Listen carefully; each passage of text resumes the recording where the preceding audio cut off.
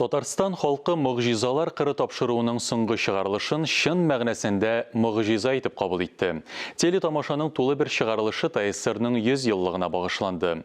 Уенда катнашучыларның халыкчан булуы, тапшыру барышында яңгыраган татарча җырлар тамашачының күңеленә аеруча хуш килде. Руслан Әмировның финалга кадәр җитеп сынатмавы ким дигәндә горурлык хисе уятты. Интеллектуаль тамашаның җиңүчесе безнең студиябезгә дә килеп, хис кичерешләрен хәбәрчеләребез белән уртаклашты. Сердобольный. Жер моңнары белән Казан тамашачысын гына яуларга хыялланган Руслан Әмиров мөгъҗизалар кыры тапшыруында катнашып, бөтен дөнья татарларының да күңеленә кереп калды. Ай, молодец! Ай, браво! Нижнекамск шина оешмасында иң оста тәгәрмәч ясаучыларның берсе ул. Әлеге тапшыру күрсәтелгәндә дә икенче сменада була. Ә мөгъҗизалар кырына ничек килеп эләккәнен Руслан менә ничек аңлатты. Минем аңлавымча, Мәдәният министрлыгы безнең шәһәр идарәсенә мөрәҗәгать иткән. Шәһәрдән мине тәкъдим иттеләр. Мин бик теләп ризалаштым. Поле чудеста күптән булырга хыялланган идем. Хыялым тормышка ашты. Хыялын чынга ашырырга кызы Алия белән килгән иде.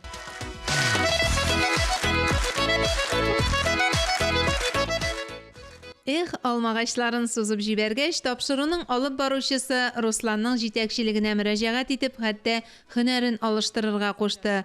Дөрестән дә Түбән Кама музыка киллиятен, аннан читтән торып Казан дәүләт мәдәният институтын тәмамлаган белгеч, нигә тәгәрмәч җыю цехында эшлисең? Заводка урнаштым мин фатир алыр өчен, социаль ипотека буенча. Завод первоначальный взнос белән булышты. Шул договор буенча әле мин тагын бер ел эшләргә тиеш. Яки шул калган акчасын кайтарырга кирәк. Һәм тагын шундый бер момент бар. Бездә вредность бара. Вредность эшләп бетергәч заводтан китәрмен дип белдем.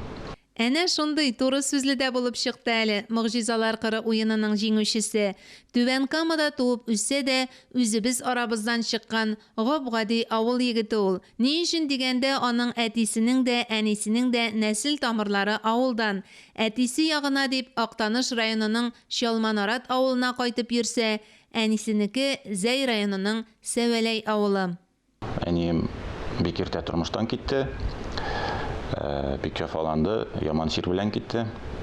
Миңа 17 яшь иде, әнием киткәндә.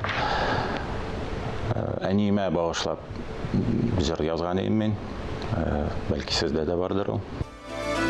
Арабыздан киттең газизәнегә. Хәбәр янына утырып йыладым.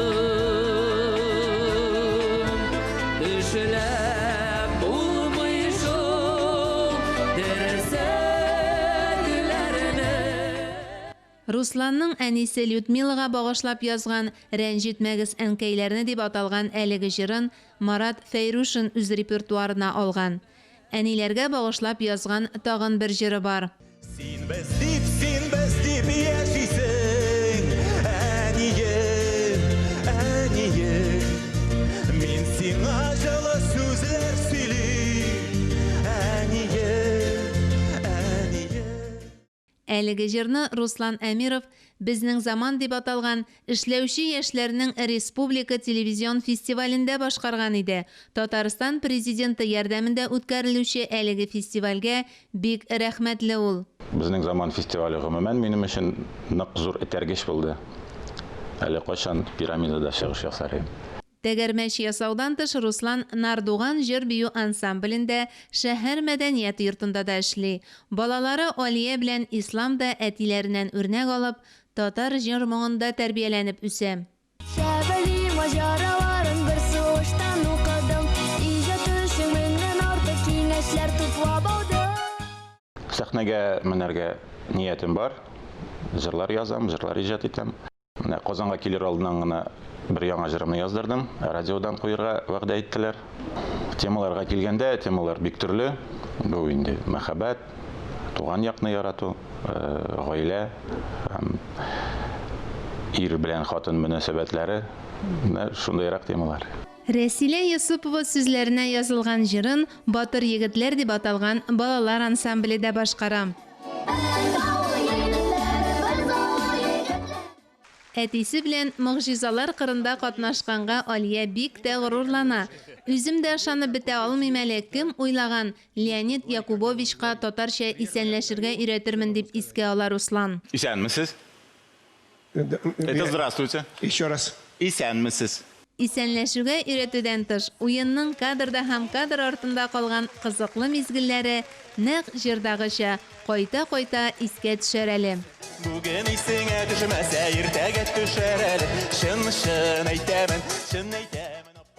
Мөршидә Җиһан, Ленар Хәсәнов, Татарстан яңалыклары. Үз алдымнан бер дә китмәс.